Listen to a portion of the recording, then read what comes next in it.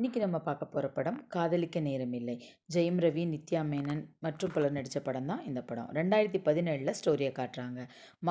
நாட்டோட மக்கள் தொகை அதிகமாயிடுச்சு அப்படிங்கிறக்காக மேரேஜ் பண்ணிக்கணும், குழந்தைய பெற்றுக்கக்கூடாது அப்படிங்கிற ஒரு கொள்கையோடு இருக்காரு நம்ம hero. Nithya Menen test tube பேபியை பெற்றுக்கணும் அப்படின்னு ஆசைப்படுறாங்க. அதுக்காக ஹாஸ்பிட்டலில் அட்மிட் ஆகி அந்த ப்ரொசீஜரை பார்க்குறாங்க. அந்த இடத்துல அவங்களோட சிஸ்டரை காட்டுறாங்க. அவங்களோட சித்தி பொண்ணு. அவங்க சொல்கிறாங்க, இந்த மாதிரி இதெல்லாம் உனக்கு தேவையா அப்படின்னு சொல்லி அவங்களுக்கு அட்வைஸ் பண்ணுறாங்க. ஓகே, நீ நர்வஸ் ஆகாத, நீ எப்படியோ முடிவெடுத்துட்ட, பார்க்கலாம் அப்படின்னு சொல்லிட்டு அவங்கள சமாதானம் பண்ணுறாங்க. இந்த பக்கம் நம்ம ஹீரோவை காட்டுறாங்க. ஹீரோ ஜாபில் ரொம்ப லேசியாக இருக்கார். அவர் ஒரு ஆர்கிடெக்டர், நம்ம ஹீரோயினும் ஒரு ஆர்கிடெக்டர் தான். ஆனால் 2 பேரும் வேறு வேறு இடத்துல ஸ்டோரி மூவ் ஆகுது. அப்போ அவரோட ப்ராஜெக்டை அவர் ரொம்ப லேசியாக இது பண்ணுறாரு. அவரோட ட்ரீம் ப்ராஜெக்டை அவரோட கிளைண்ட் கிட்ட சொல்கிறாரு. பட் அது ஃபெயிலியர் ஆகுது. அதனால் பையர்ஸ் கையை விட்டு போயிடுறாங்க. அதுக்கப்புறம் நம்ம ரவி அவங்க ஃப்ரெண்ட்ஸோட சேர்ந்துட்டு வெளியில் போகணும் அப்படின்னு முடிவு பண்ணுறாங்க. அவங்க ஃப்ரெண்ட்ஸ் எல்லாம் 3 பேர் சின்ன வயசுலேருந்தே அவங்க ஃப்ரெண்ட்ஸ். இப்போ வரைக்கும் ஒன்றா தான் இருக்காங்க. எந்த விஷயத்த செஞ்சாலும் ஒன்றா தான் செய்வாங்க அப்படிங்கிற மாதிரி. ஸ்பெர்ம் ஃப்ரீஸ் போகலாம் அப்படின்னு சொல்லி அவங்க ஃப்ரெண்ட்ஸ் கூப்பிடும்போது இவர் வரமாட்டேன்னு சொல்கிறாரு. இல்லை வந்தே ஆகணும் அப்படிங்கும்போது சரி ஓகே அப்படின்னு கூப்பிட்டு போகிறாங்க. அந்த இடத்துல உங்களோட ஸ்பெர்மை ஃப்ரீஸ் பண்ணுங்கன்னு சொல்கிறப்போ ஓகே அப்படின்னு சொல்லிட்டு 2 பேரும் ஃப்ரீஸ் பண்ணிட்டு வராங்க. 3 பேரும் சேர்ந்து வராங்க. அவர் நம்ம ஜெயம் ரவி ஹீரோவோட லவ்வர் ஒரு மாடலிங். அவங்கள போய் பார்க்குறாங்க. அவங்கள போய் பார்க்கும்போது அவங்ககிட்ட இந்த விஷயத்த சொல்கிறாங்க. இந்த மாதிரி ஸ்பெர்ம் ஃப்ரீஸ் பண்ணியிருக்கோம் அப்படின்னு சொல்கிறாங்க. அப்போ அவங்க திட்டுறாங்க. மேரேஜ் பண்ணிக்கணும்னு சொல்கிற, குழந்தை வேண்டான்னு சொல்கிற, எதுக்காக இதை செஞ்சுட்டு வந்த அப்படின்னு சொல்லி அவங்க கோவிச்சுக்கிறாங்க. இல்லை என் ஃப்ரெண்ட்ஸ் எல்லாம் செஞ்சாங்க, அதனால் வற்புறுத்துனாங்க, சும்மா செஞ்சுட்டு வந்தேன் அப்படின்னு சொல்லி அவங்கள கன்வின்ஸ் பண்ணுறாங்க. அதுக்கப்புறம் அவங்களோட மாடலிங்களுக்காக அவங்க ஃபாரின் போகிறதா சொல்கிறாங்க. ஃபாரின்லேருந்து நான் திரும்பி வரும்போது நம்ம நிச்சயதார்த்தம் பண்ணிக்கலாம்னு சொல்லிட்டு அவங்க கிளம்பி போயிடுறாங்க. நித்யா லவ்வரை காட்டுறாங்க. நித்யா மேனனும் அவர் லவ்வரும் ரிஜிஸ்டர் மேரேஜ் பண்ணிக்கிறதுக்காக ரெடி ஆகுறாங்க. அவங்க வீட்டில் அவங்க மேரேஜை பற்றி அவங்க பேரண்ட்ஸ்கிட்ட சொல்லிட்டாங்க. சொன்னதுக்கப்புறம் ஓகே மேரேஜ் பண்ணிக்கலாம் அப்படிங்கிற ஐடியாவில் இருக்காங்க. ஆனால் இவங்க 2 பேரும் ஃபாரின் போய் செட்டில் ஆகிறதா இருக்காங்க. அதனால் ஃபர்ஸ்ட்டு ரிஜிஸ்டர் மேரேஜ் பண்ணி அதுக்கான ப்ரொசீஜரை மூவ் பண்ணுன்னு சொல்லி பேரண்ட்ஸ்க்கு தெரியாமல் ரிஜிஸ்டர் மேரேஜ் பண்ணிக்கிறாங்க. அந்த ரிஜிஸ்டர் மேரேஜ் முடிஞ்சதுக்கப்புறம் அவங்களோட ஆஃபீஸை காட்டுறாங்க. நித்யா மேனன் ஆஃபீஸில் ஒர்க் பண்ணிகிட்ருக்காங்க. அமெரிக்கா போகிறோம் வேண்டாம், நீங்கள் இங்கேருந்து எங்களுக்கு ஒர்க் பண்ணுங்க அப்படின்னு சொல்லி அவங்க கேட்குறாங்க. இல்லை நான் ஃபாரின் போகணும் அப்படிங்கிற மாதிரி நம்ம நித்யா மேனன் சொல்கிறாங்க. ஓகே அப்படின்னு சொல்லிட்டு நித்யா மேனன் நெக்ஸ்ட்டு அவங்க லவ்வரை சர்ப்ரைஸ் பண்ணணும் அப்படிங்கிறக்காக அவருக்காக ஒரு பீர் பாட்டில் வாங்கிட்டு அவரை பார்க்க போகிறாங்க. பார்க்க போகும்போது சொல்லாமையே போகிறாங்க. அப்போ அந்த இடத்துல அவர் ரூமில் இன்னொரு பொண்ணு கூட அவர் தப்பாக இருக்கிறத பார்க்குறாங்க. பார்த்தோன்னே அவங்க ஷாக் ஆகிட்டாங்க.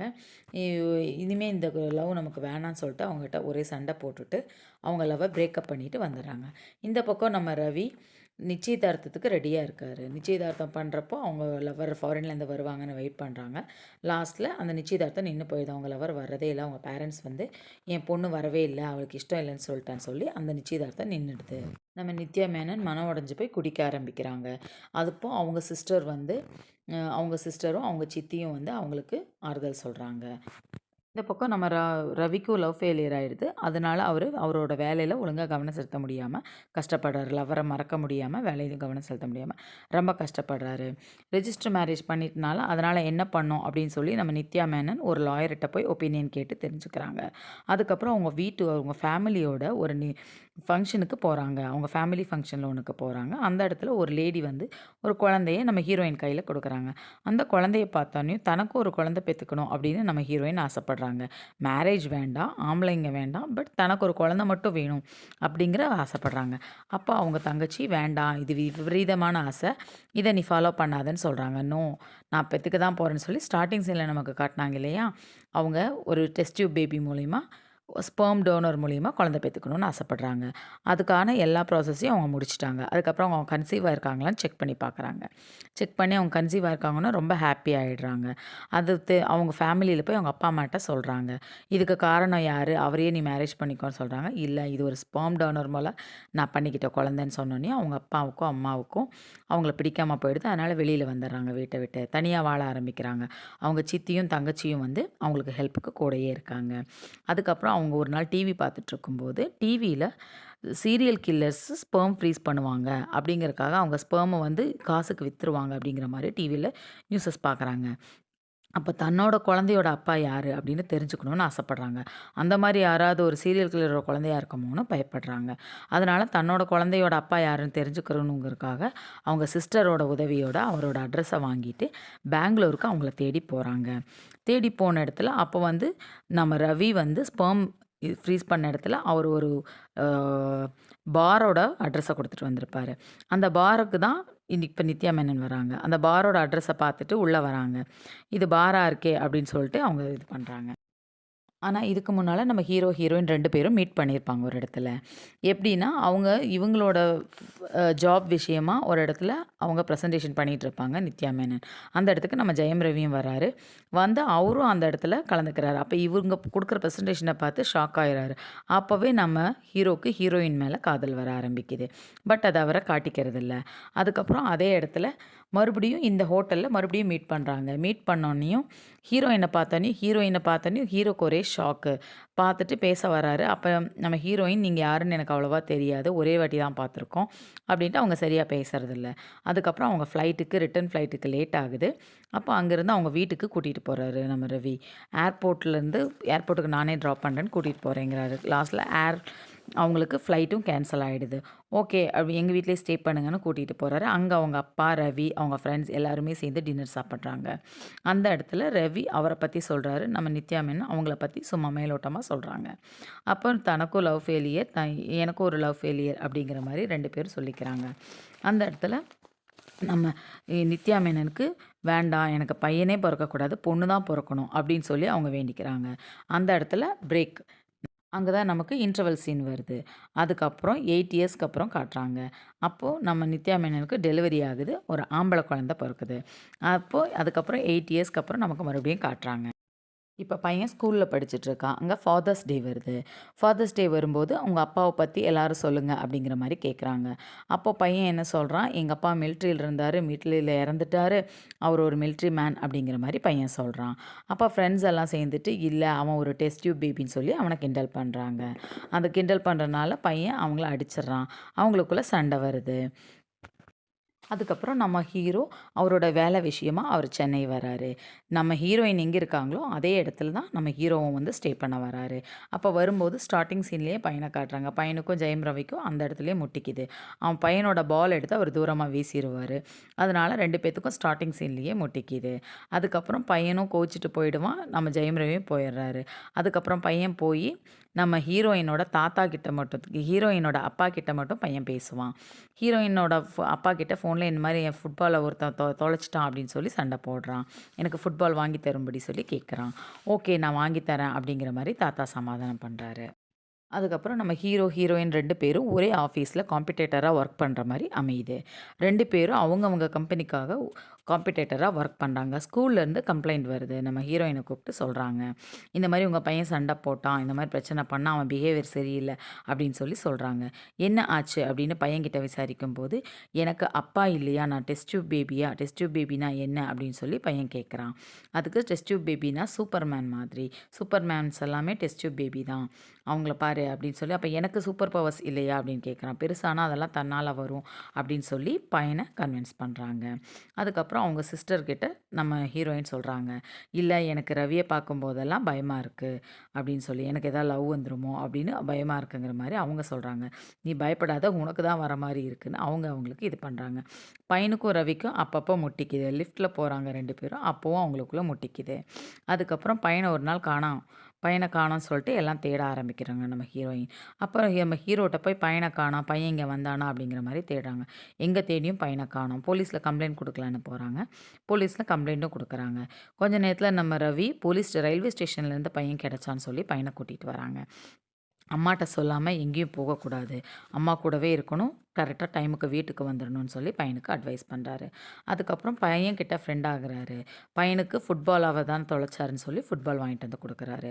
அப்போவும் பையன் கன்வின்ஸ் ஆகலை. ஃப்ரெண்ட்ஸ் என்னை விளையாட்டுக்கு சேர்த்துக்க மாட்டேங்கிறாங்க பால் தொலைச்சனால. உனக்கு என்ன ஃபுட்பால் பழகணும் தானே, நான் சொல்லித்தரேன் அப்படின்னு சொல்லி நம்ம ஹீரோ பையனுக்கு ஃபுட்பால் சொல்லித்தராரு. பையனும் ஹாப்பி, நல்லா ஃபுட்பால் விலகி நல்லா ப்ராக்டிஸும் எடுத்துக்கிறான். அதுக்கப்புறம் ஸ்கூலில் ஃபுட்பால் டீமில் சேர்ந்துடுறான். அதுக்கப்புறம் அதுக்கப்புறம் ஒரு நாள் நம்ம ஹீரோவும், ஹீரோயினும் மனசு விட்டு பேச ஆரம்பிக்கிறாங்க. எனக்கு மேரேஜே ஆகல. நான் வந்து ஒரு ஸ்பெர்ம் டோனர் மூலமா குழந்தை பெத்துக்கிட்டேன். அதே மாரி நான் சிங்கிள் மதரா நான் என் பையன் வளர்த்துட்ருக்கேன். என் பையன் அவனா கற்பனை பண்ணிக்கிட்டு மிலிட்ரி மேன் எங்க அப்பா இறந்துட்டாரு. அப்படிங்கிற மாரி சொன்னதா சொல்றான். அப்போ நம்ம ரவியும் அவரோட எக்ஸ் லவ்வர பத்தி சொல்றாரு. 2 பேரும் இப்படியே பேசி கொஞ்சம் நல்ல ஃப்ரெண்ட் மாரி பழக ஆரம்பிக்கிறாங்க. அதுக்கப்புறமா வேலை விஷயமா நம்ம நித்யா மேனனும், நம்ம ரவியும் பெங்களூர் போணும் அப்படிங்கிற மாரி முடிவாகுது.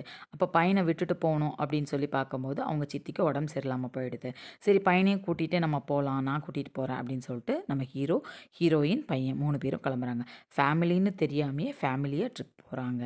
அங்க போயிட்டு அவங்க அப்பாவ பார்க்குறாங்க. அவங்க அப்பாவ பார்த்துட்டு அவரும் ஃபுட்பால் சொல்லி தராரு. நம்ம ரவியும் நல்ல ஒரு ஃபுட்பால் பிளேயர் அப்படிங்கிற மாரி சொல்றாரு.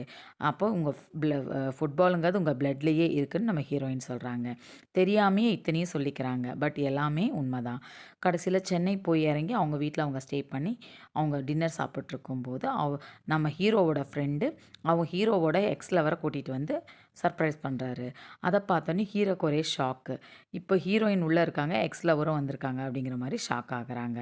ஓகே என்ன அப்ப நம்ம எக்ஸ் லவர், "இப்ப எதுக்கு வந்தீங்கங்கிற?" மாரி கேட்கும்போது, "உங்கள பார்க்கணும் போல இருந்துச்சு. உங்க ஃப்ரெண்ட் என்ன கூட்டிட்டு வந்தாரு." அப்படிங்கிற மாரி சொல்றாங்க. அப்போ நம்ம ஹீரோயினுக்கும் இவங்க எங்க எக்ஸ் லவர்ன்னு சொல்லி அறிமுகப்படுத்தி வைக்கிறாரு. அதுக்கப்புறம் ஓகே எல்லாம் அவங்க வொர்க் எல்லாம் முடிச்சுட்டு மறுபடியும் சென்னைக்கு ரிட்டர்ன் கிளம்பும்போது, அவங்க எக்ஸ் லவரும் "நானும் வரணும் சென்னைக்கு" அப்படின்னு சொல்லிட்டு வராங்க. "எந்த ஹோட்டல்ல ரூம் புக் பண்ணியிருக்கீங்கன்னு?" கேட்கும்போது, "இல்ல உன் கூடயே தங்க போறேன்னு" சொல்லி நம்ம ஹீரோட்ட சொல்றாங்க. நம்ம ஹீரோவும் ஓகேங்கிற மாரி சொல்றாங்க. அத பார்த்தோனே நம்ம ஹீரோயினுக்கு அல்லு விடுது. நம்ம ஹீரோயினுக்கு அப்படியே உள்ளுக்குள்ள பொங்குது கோவம். என்ன பண்ணுறதுன்னு தெரில. சரி ஓகே ஒண்ணும் பண்ண முடியாதுன்னு கண்ட்ரோல் பண்ணிட்டு கிளம்புறாங்க. கிளம்பி அங்கேயே போய் நம்ம ஹீரோவோட ரூம்லயே அவங்களோட எக்ஸ் லவர் ஸ்டே பண்றாங்க. அதுக்கப்புறம் பையன் வரான் ஒரு நாள். பையன் வந்துட்டு ரொம்ப ஜாலியா, ஹேப்பியா எனக்கு வந்து ஸ்கூல் நம்ம ஹீரோ கூடயே அவங்களோட எக்ஸ் லவர் தங்குறாங்க.